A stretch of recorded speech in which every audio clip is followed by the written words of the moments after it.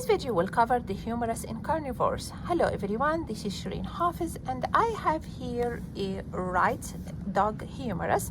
I know this is right because the head of the humerus is directed caudally and the deltoid tuberosity is on the lateral side.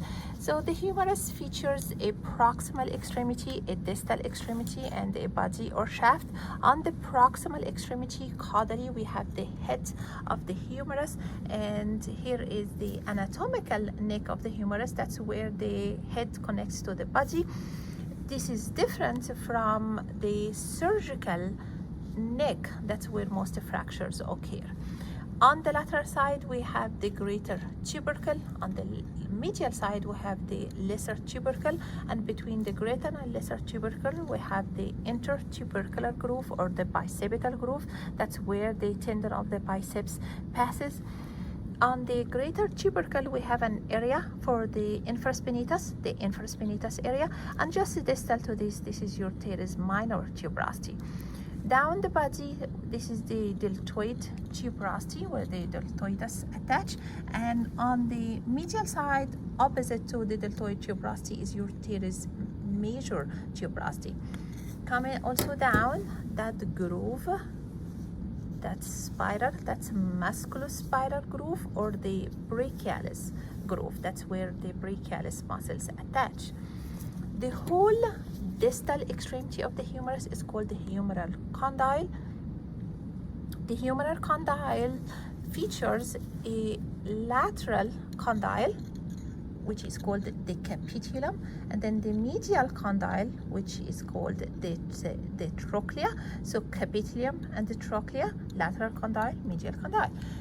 Above the medial condyle, that's your medial epicondyle, and above the lateral condyle is your lateral epicondyle.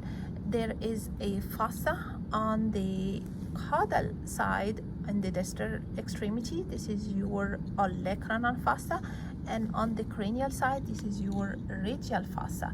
The supratrochlear foramen connects the olecranon fossa to the radial fossa.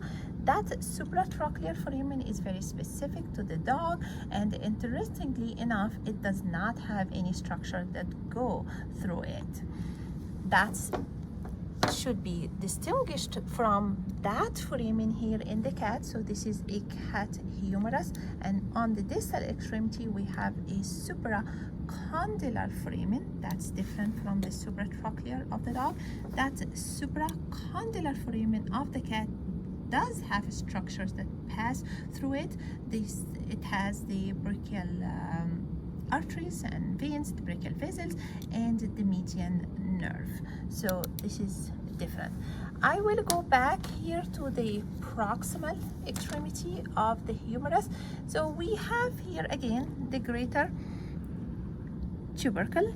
Between the greater tubercle and the deltoid, between the caudal part of the greater tubercle and the deltoid tuberosity, there is a line. That's the tricipital line where the triceps brachii attaches. But between the cranial part of the greater tubercle and the deltoid, there is the crest of the greater tubercle. That crest of the greater tubercle form the cranial border of the humerus. See you next video.